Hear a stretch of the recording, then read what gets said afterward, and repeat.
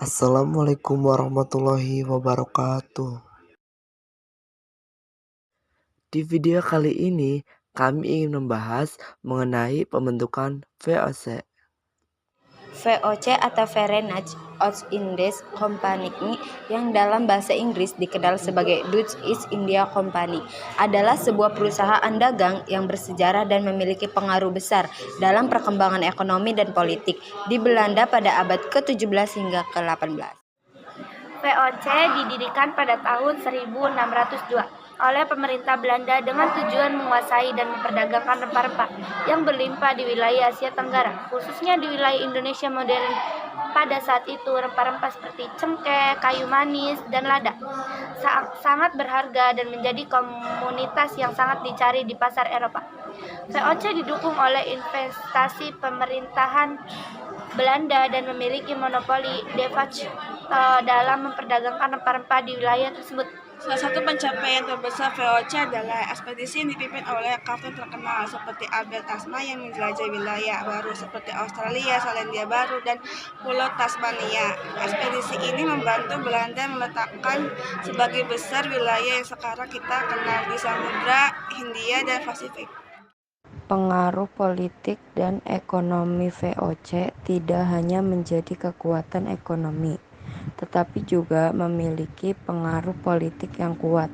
Perusahaan ini memiliki tentara pribadi, armada kapal, dan bahkan memerintah wilayah-wilayah tertentu di Asia Tenggara, seperti Batavia, sekarang Jakarta.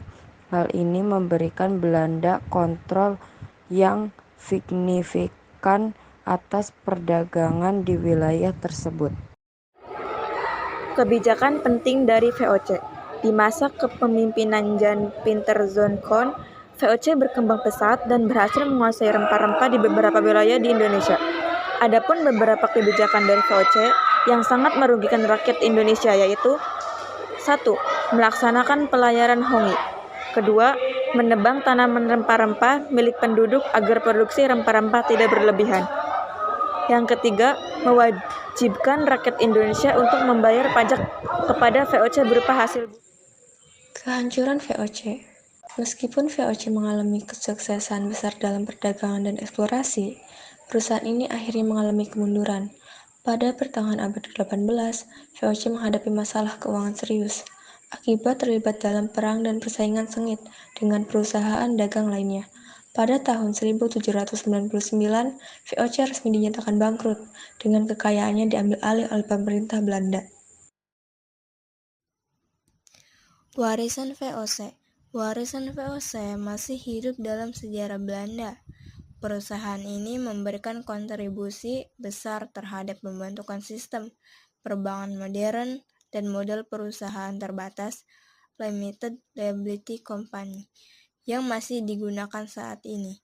Selain itu, penemuan dan pemetaan wilayah baru oleh VOC membantu membangun fondasi penjelajahan dan penjajahan Eropa di seluruh dunia. Berikut latar belakang VOC. Pendirian VOC pada tahun 1602 merupakan respon terhadap situasi ekonomi dan geopolitik yang ada pada saat itu.